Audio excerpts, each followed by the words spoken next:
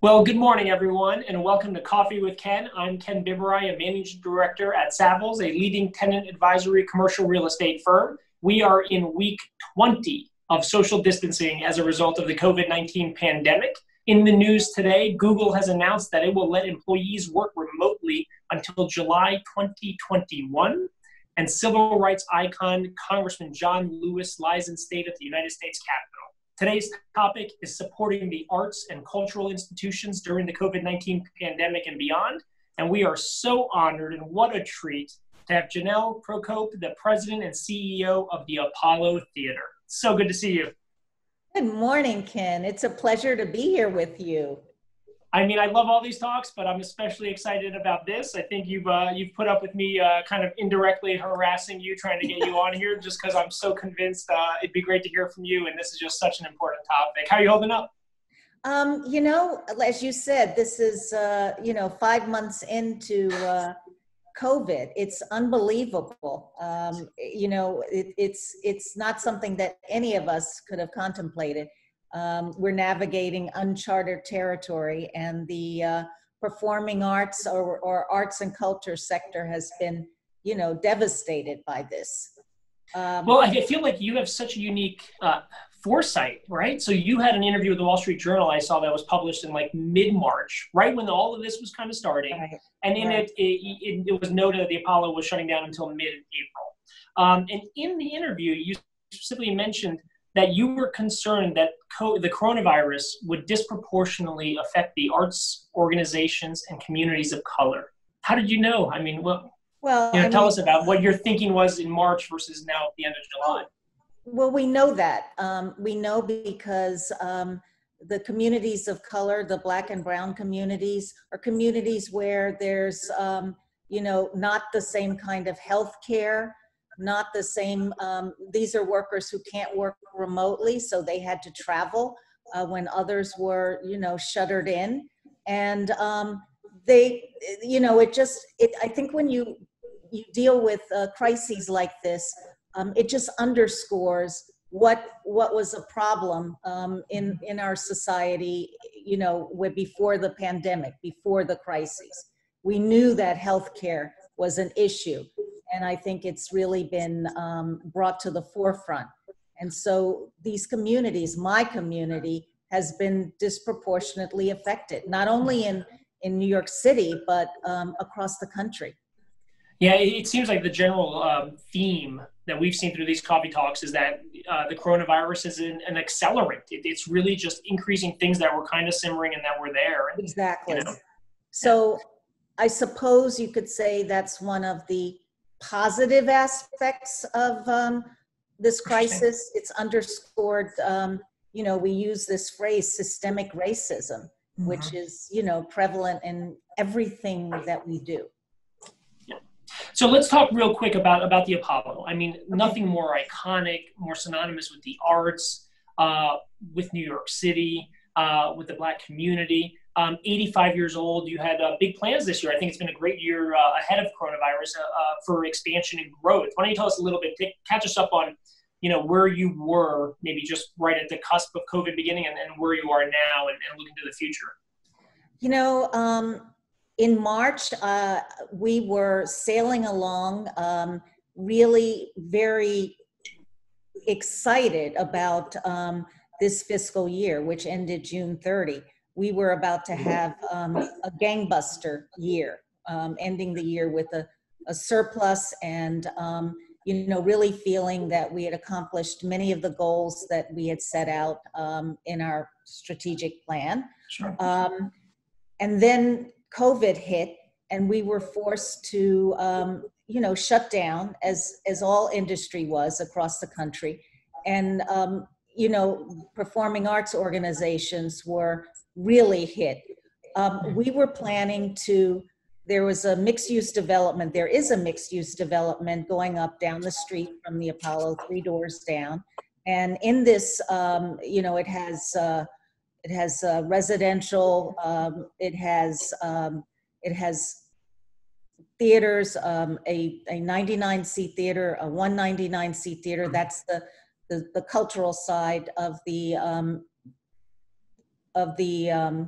the development. And the Victoria, right? It's called the Victoria. And this, the Apollo was designated as the operator and manager of these spaces, which was amazing.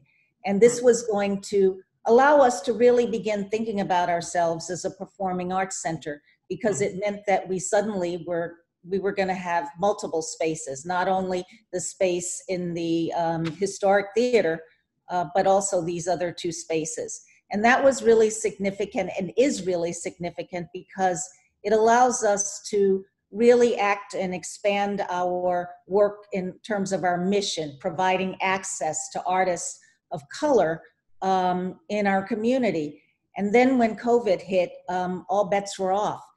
Construction ceased on that project. It started up again, but the timetable was we were going to take possession of the space in the summer, right now, and then we were programming for the fall, and we had to stop. And so this has been pushed off for a year.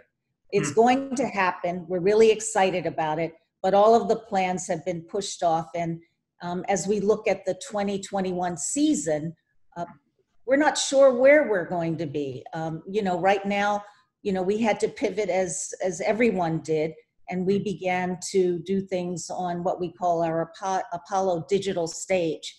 And that allowed us to, it's on our website, and it tapped into our archives as well as current programming, our Uptown Hall, which is really important and showcases conversations that we've had on topical subjects like social justice, youth empowerment, jobs, racial inequity.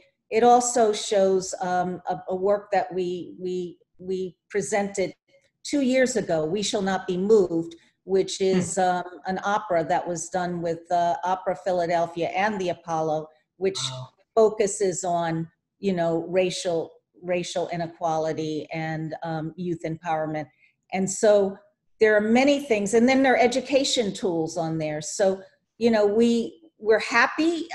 We had to pivot, and it was for the best, but we have no idea when we will be back operating and presenting live entertainment. So let's dive in a little bit more about just the broad impact and scope that the Apollo offers, right? It's not just a venue for events, right? You know, it's a place that's a magnet, right? You're nurturing artists, you're giving them a forum, a space. Just talk a little bit about just like how deep that runs and how important the Apollo is, just, you know, in the broader sense of supporting more diversity in the arts and the programming and the voice you're giving to artists who may never have had that opportunity. Well, sure. First, I'll say with respect to COVID, you know, for nearly 86 years, we've been a convener. We've been a place of opportunity. We've been a place that people came together to celebrate important moments in their lives, in history, a place where people came to grieve. And so it's been particularly difficult for us during the COVID-19 crisis and the period of protest and activism for us not to be able to be open. But historically, the Apollo, when it opened its doors in 1934, was one of the few theaters that was not segregated. It had, it provided access for African Americans and people of color to sit in the audience, but also to appear on the stage. And one of the things that I underscore for people is people think about the Apollo and they think about the many, many legends whose careers were launched on the Apollo stage. Well, at the time that they appeared on the stage in the 30s and 40s, these were not artists who were legends, who were household names. And this was the opportunity for them to hone their skills and to appear in public, on stage, and entertain people. And so fast forward, we still consider ourselves a place of opportunity. You know, we have always supported Black artists and artists of color. And and throughout this crisis, one of the things that I'd like to shed a light on is how devastating this has been to artists. Artists are self-employed. They do not have health care very often, and they really are experiencing really difficult times. And so the Apollo is not only a presenter, but a commissioner. We commission new works. And so our theater and our executive producer has been working with these individual artists and commissioned them to do work digitally, and hopefully it'll be live when we reopen. And so we're supporting the artist community in our small way, and I hope that others are doing the same thing.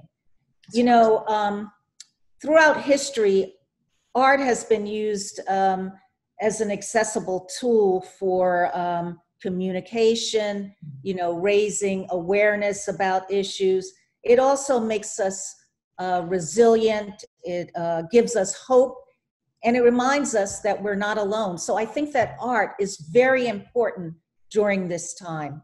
I think that people are completely immersed in art and culture, even if they don't realize it during this period. You know, we're all streaming things.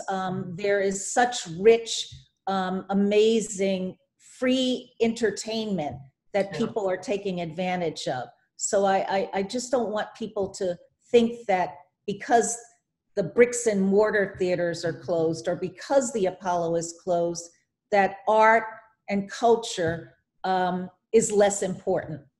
It's amazing. Well, let's talk a little bit more about that. I mean, I imagine obviously you were focused on digital and this type of greater access to content before, but now it's obviously imperative. How has maybe the strategic planning from the Apollo's perspective changed, or what kind of new initiatives are you taking to kind of expand the reach, since physically we can't come to 125th Street and walk in?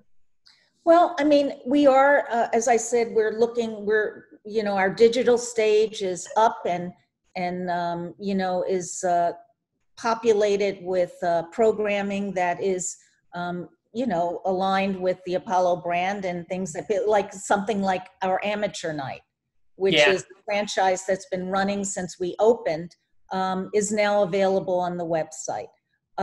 We are, as I said, we are pulling things from our archives that we think are interesting and developing content around that. The other thing that I think is really, I'm very proud of, and I think is great, is our education program. The Apollo, many people don't think about education and the Apollo, but we have a very robust education program.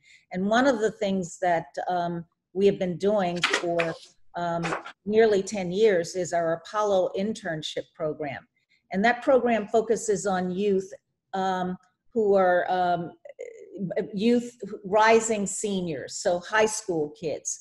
And our program focuses on careers behind the scenes. So in this internship program, this particular one focused on technical production. Now, ordinarily, the kids would be able to come to the theater and actually work with our technical crew. And then they put on a program at the end of the internship program, and people are invited to come and see it. Well, we pivoted right away, and it became a virtual internship program. And the beauty of it was that now we were able to be more expansive when we began to identify technical professionals who could participate in the program. And so they've been doing it virtually. They've been learning how to use the technology that you would need in order to do things in the virtual space or the digital space. And they also have been working on something that they will present at the end of this program. But they also worked on our, we were unable to do our gala, which is our primary fundraiser for the Apollo, in June, but we did do a digital one. And so many of our alums worked on that program. So when they're finished with this, the beauty of it is they will have the skills to be able to work in other places. And this is the next thing that we're working on, to align ourselves or partner with organizations that can provide opportunities for them, paid internships. Ours actually is a paid internship, but jobs that they may be able to do because they do have the skills. So I think this is something that we're going to be expanding and seeing how we might be able to scale it. I mean, it's just so important. I mean, one of these things, as you think about young people and about education and the idea that more people are going to be doing Zoom education. Right. And look, I have 2 young boys, and, you know, we try to make it work on the Zoom stuff, but then you quickly see, like, it's almost just like survival. Like, okay, let's get them reading and doing math. And then it's hard to even think about incorporating some of these other things that are just so important, like the arts and so on. So how concerned are you, or what's your message to educators and families? I think that the digital space and creating content for the digital space requires a different skill set. So you were asking, you know, what are we looking at? I think we're looking at, you know, we're all focused on new operating models, new financial models, the programming models, and sort of what is the complement. I think it's a paradigm shift, just like we know that this whole idea of remote working, you know, I think that across industries, people are reevaluating, you know, how they are going to work when we come out of this. Will everyone go back to the office? I think not. Well, I think that people, and even before the onslaught of this crisis, we knew that there was more going on in the digital space. I don't think it will ever replace live entertainment, because there's a certain energy that you get from being able to be in a place with other people and to be seeing, and there's an exchange between the artists and the audience when it's live. But, you know, especially a place like the Apollo, mother of invention. Yeah. I mean, especially like Apollo. So give folks a perspective. I mean, you just touched upon the workforce earlier and your efforts at Apollo to help train and kind of diversify just the industry of the arts, right, in production. How many people are involved in a production, right? Like, so a lot of listeners here may have seen a show at the Apollo, but explain just like how many people are in the industry, you know, right? And how can you diversify? Yeah, it depends on obviously the production. There's some very simple ones, and then there are others like the opera is one that requires more. They're the people who work behind the scenes. When I talk about technical production, you know, there are the carpenters who do the sets, there's audio, there are the people who actually are the labor that's moving the scenery or getting the stage ready. There's music, if there's music in a production. These are all actually great jobs. And the thing that, just dealing with the technical staff, these are union jobs that pay well.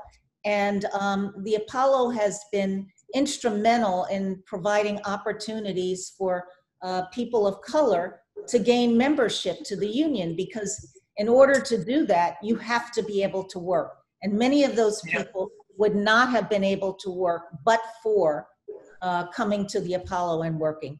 In a production, you're also dealing with, what we call front of house. It's the ushers, all of those jobs. It's, the box office. And then it's, sort of the Apollo staff or team, the programming team that has to put the work together and get it ready. And so it's a full complement of people. Amazing. So it depends, I have roughly nearly 100 full-time staff. Wow. But when there's a production, it can go up to, 300-400, depending on what the work is. Wow. So a lot of people. Yeah. So as we think about New York City, it becomes very clear that having places like the Apollo around are going to be what kind of pull people back Right. residents and talent and tourism. You also sit on the board of NYC and Company, the city's tourism board. Why don't you give us a little bit of insight about what you're seeing in terms of New York's recovery, about tourism, about getting people back? Yeah. NYC and Co. is an amazing organization, and it is really the marketing arm for New York City. And as you said, it's very much focused on, tourism and, sort of industry.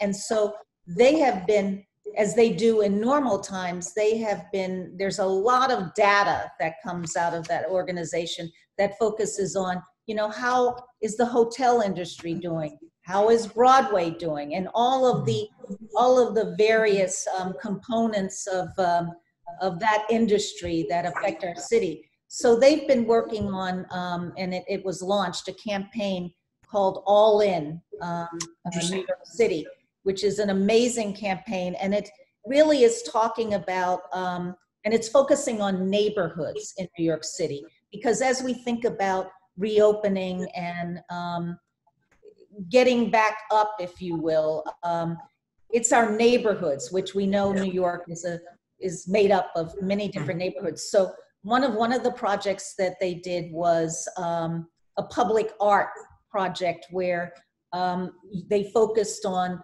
the art installations outdoors across all of the boroughs.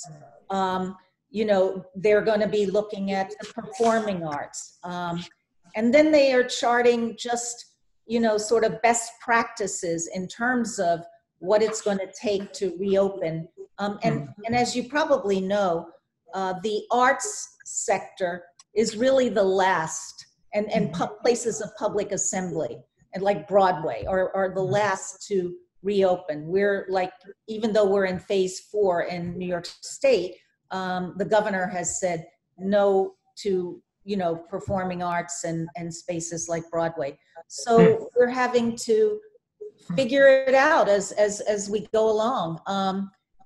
The Apollo has, it's been resilient, and, we've had the strength and resiliency over the course of the 86 years, and I know we will figure it out. And as I was saying, we're all looking at new operating models, financial models, and the most important thing when we think about reopening is the safety and health of our patrons. Yeah. But it's a very, the Apollo is a not-for-profit, and we have been so appreciative because we rely on the generosity of, our corporate philanthropy, our board, individuals, foundations, and they've been very generous. But now more than ever, we need that support because, as you were asking me earlier, when we shut down in March, it's funny that you referenced that Wall Street Journal article. We thought maybe we were going to be able to reopen in April, and then later we figured, okay, it's going to be a little longer, and maybe it's June. And now we see it's not. We had to cancel between March and June 100 programs and programming, and we lost substantial revenue as a result of that. We between that and the end of the year, we lost $4 million in revenue.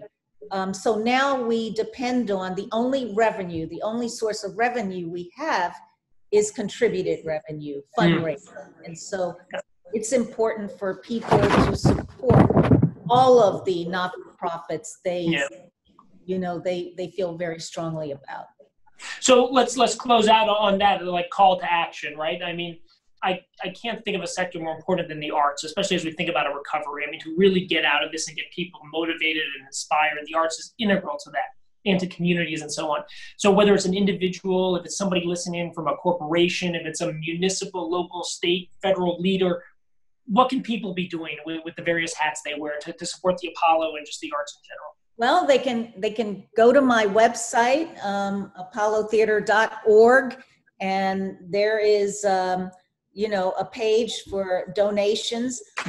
They can reach out to me, and if there are certain things that they're interested in, you know, in terms of messaging, focus on a particular type of content that may be underscoring social justice, for example, in this period that we find ourselves, I'd love to talk about it, and love to have the support.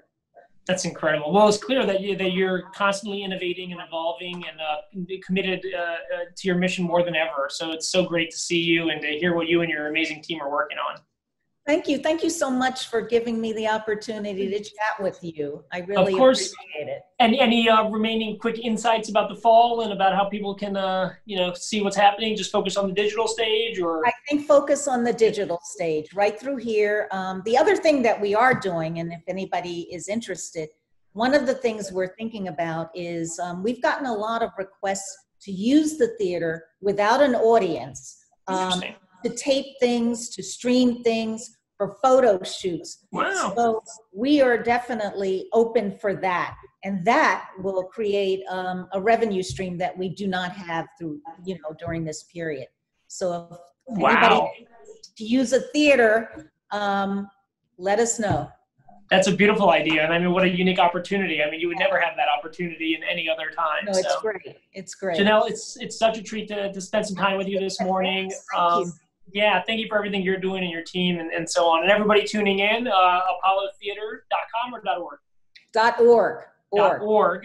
Right. Please consider going on, tuning in for just original content or supporting if you can. Please do. Please do. Yeah, and we'll be sure to forward everyone on the website. Thanks. Well, thank you so much. Well, look, everyone tuning in, thank you for listening. Our next conversation is August 5th. We'll be joined by former U.S. Senator Russ Feingold, who's now the president of the American Constitution Society. We'll be talking about 2020 and what's at stake with the courts and the Constitution. Please remember to socially distance, wash your hands, and wear a mask.